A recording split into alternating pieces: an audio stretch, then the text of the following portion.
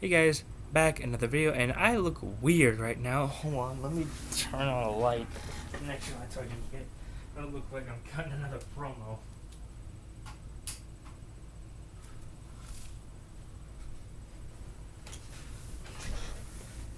That didn't help. Dang it. Alright.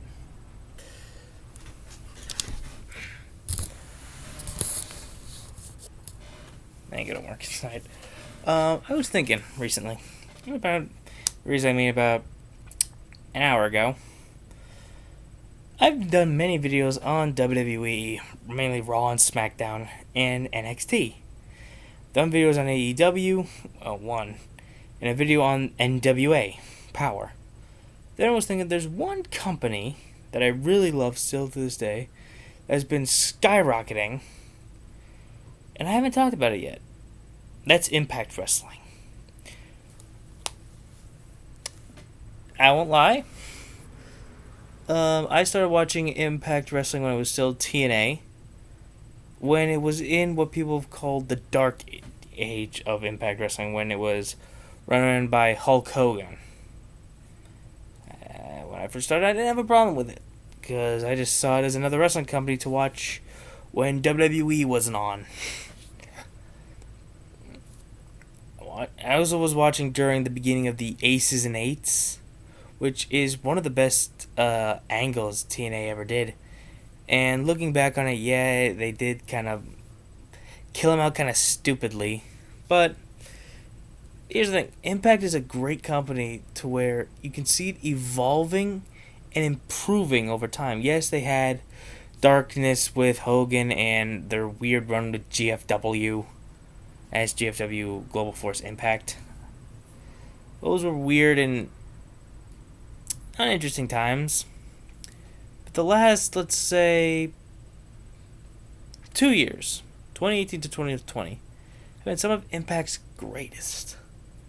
It brought in stars from Mexico and America, Europe, all over the country. They've been bringing in new superstars that have been bringing in money, like Phoenix and Pentagon. They brought in 2019 and 2018. Feuded with LAX over the tag team titles, which had some of the greatest matches.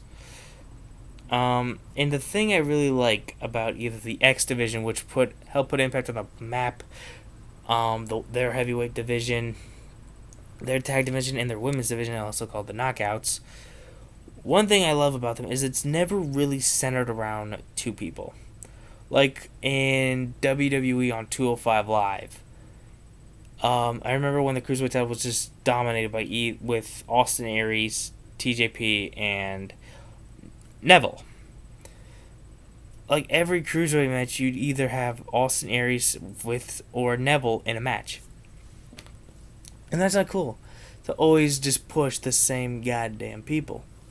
Impact, even when they do that with multiple people, like Austin Aries when he came back, and Moose, they constantly had matches. It never was really boring because Austin Aries, he is one of the best cruiserweights. Moose, even today, is a heel. He's one of the best big men in the business. Then there's, of course, every company has their problems. My problem is Tessa Blanchard as world champion. I'm not being sexist. I am a fan of Tessa Blanchard. She's one of the baddest women in wrestling today. My problem with it is this. You can't take a woman as the world champion seriously. And again, I'm not being sexist. I'm looking at this through logic in wrestling. Yes, and to people who, again, don't like pro wrestling, don't watch my videos on pro wrestling. So the people who do, and are probably spamming my comments right now saying I'm a sexist son of a bitch, saying that I don't like a woman as a world champion, let me explain. Imagine this scenario. Blanchard versus Fulton for the world title. Can you honestly make it believable that Tessa Blanchard could beat Madman Fulton for the world title? No.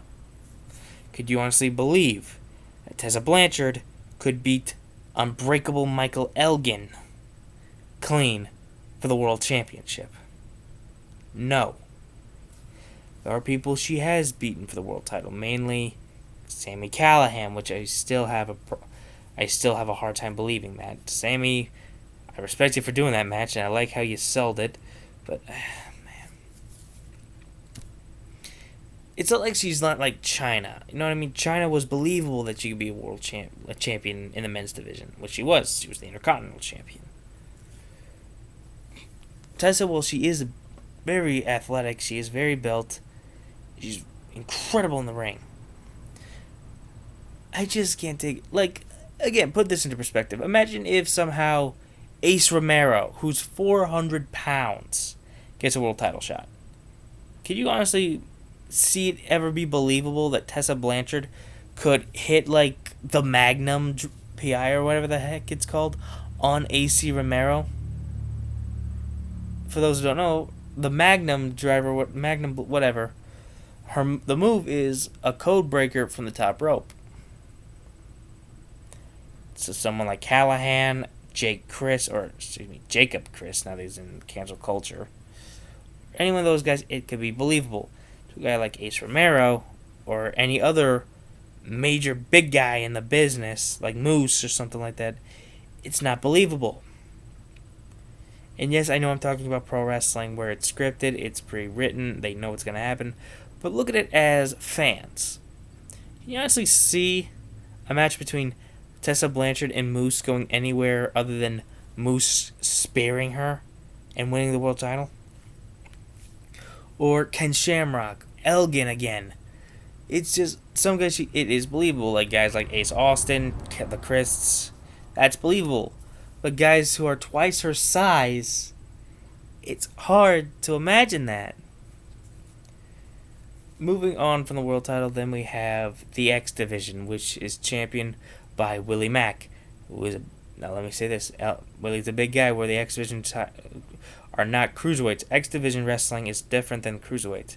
The X Division means no limits, no weight limits.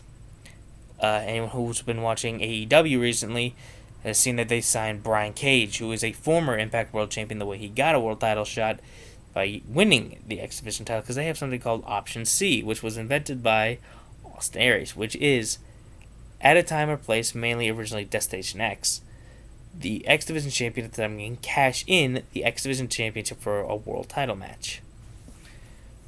Cage did it, and a few months later, he won the world title in a rematch at Rebellion, I believe it was, against Johnny Impact, with Lance Storm as the special referee. Which, by the way, that was a great match. But, well, any match with Cage and Impact, Mundo, because they also had a match in Lucha Underground. Those two can work so well together. The tag team division, currently with the tag team champions and the longest reigning tag team champions, Ethan Page, and the Walking Weapon, Josh Alexander, they are the North. I'll be honest, they irritate me sometimes, but I can never deny talent. The North are one of the greatest tag teams probably in this era of tag team wrestling. Yes, the tag team division is pretty limited, with about, 5 tag teams? Well, around there, yeah. But the North constantly win, no matter who it's against. Respect them. They just annoy the living hell out of me. And I always wonder this: when a champion becomes the longest reigning, what else is there for them to do? Because, I don't know, that just weirds me out that they keep them past the longest reigning thing. Let me see how long they can go. I don't know. The tag team I want them to lose to, the number one contenders are Dez and Wentz. They have the Rascals, whose theme song starts with someone smoking a freaking bong. It's funny to me since they've had sketches that remind people of the 70s show, which is basically what it's parodying. Yeah, the Rascals have a chance at the tag team titles at the next pay-per-view, which I believe is Slammiversary. Yes, it is. I'm going with the Rascals. I've been a fan of these guys since they walked in the door. The Knockouts division, currently with champion Jordan Grace, who is one of the strongest competitors probably on the roster, just tonight beat Taya Valkyrie, the actual wife of John Morrison. Two very talented people. I'm glad Jordan Grace retained because they are now building up to Grace versus the Virtuosa. I can't forget to pronounce her name. I don't know anything about this new woman. I'm interested to know. Impact Wrestling has definitely been a company that's been under the radar. People know it, but the reason I say it's under the radar is it suffers from the same fate as like NWA Power and stuff like that. Is because it's not on TV. If NWA Power was on television, I feel like a lot more people would be watching it. So with Impact, people watch it, but I feel like if it was on television, it would gain a lot more popularity than it has already. One thing I really want to talk about also is their faction Cancel Culture, which is basically their kind of version of the Right to Censor, which was a faction in the early 2000s in WWF, which was against anything they found crude and disgusting to them, like women in scant clothing, violence like hardcore wrestling and shit like that. Oh, and freedom of speech. Some things I can understand, like them wanting to get rid of like broad painting matches. I can understand that since it's defiling the women. I mean, you can. I'm not saying this as like a jackass. I'm saying it as a wrestling fan who's disgusted that was in our time. I'm not. We should never forget that was in our time, but we should respect that we've greatly moving past that to women's wrestling today. Never forget the dark. We should never forget what wrestling was. We should be grateful for what wrestling is. The members of Right to Censor are Pothead RVD, Rob Van Dam, his Kim Kardashian sex toy girlfriend, Katie Forbes, Mr. Stabs his brother in the back, Jacob Chris, formerly known as Jake Chris, a former tag team champion, and Joseph P. Ryan, formerly Joey Ryan, king of Dong Style. And yes, I said Dong Style. The guy's whole gimmick was he had a strong manhood. Jesus. The whole thing is that they're a Right to Censor thing, but the thing with Katie Forbes is that she doesn't want to be insulted by her body. It's lady, you came out in barely anything and basically were known for jiggling your butt. What do you expect us to do? We're fans who want to see wrestling. Well, some of us. Not me. I want to see wrestling when it comes to my pro wrestling. I don't want to see freaking adult films in it. I'm saying that so I don't say the other word that I want to say. And also, I call her Kim Kardashian sex toy because if you look at Katie Forbes, none of that could be real. That is all plastic. Anyway, the one thing that really irks me now with Impact is the past few weeks they had a tournament to determine the number one contender for Slammiversary for Tessa Blanchard's world title. It was eventually won by the one true ace, Ace Austin. I had no problem with that. I was going for... Who was my pick on that? Oh yeah, Shamrock. He was taken out before the match. He was replaced by somebody. Replaced by Rhino. The finals were Trey versus Ace Austin. Trey was taken out, and his tag team partner Wentz substituted for him. Wentz loses. Ace is number one contender. That's fine. Tonight, Scott D'Amore announced that it would be a fatal five-way between Tessa Blanchard, Ace Austin, Michael Elgin, Eddie Edwards, and Trey. I'm mad, but I see why. Trey was screwed out of the tournament, so he kind of has a right to end the tournament. In the title match. Elgin and Eddie were originally supposed to get a title match, but because of the lockdown, the coronavirus, and all this crap, it never happened. So I can see why these three were put in the title match, but it doesn't make it any more justified because you have a tournament. And here's a question.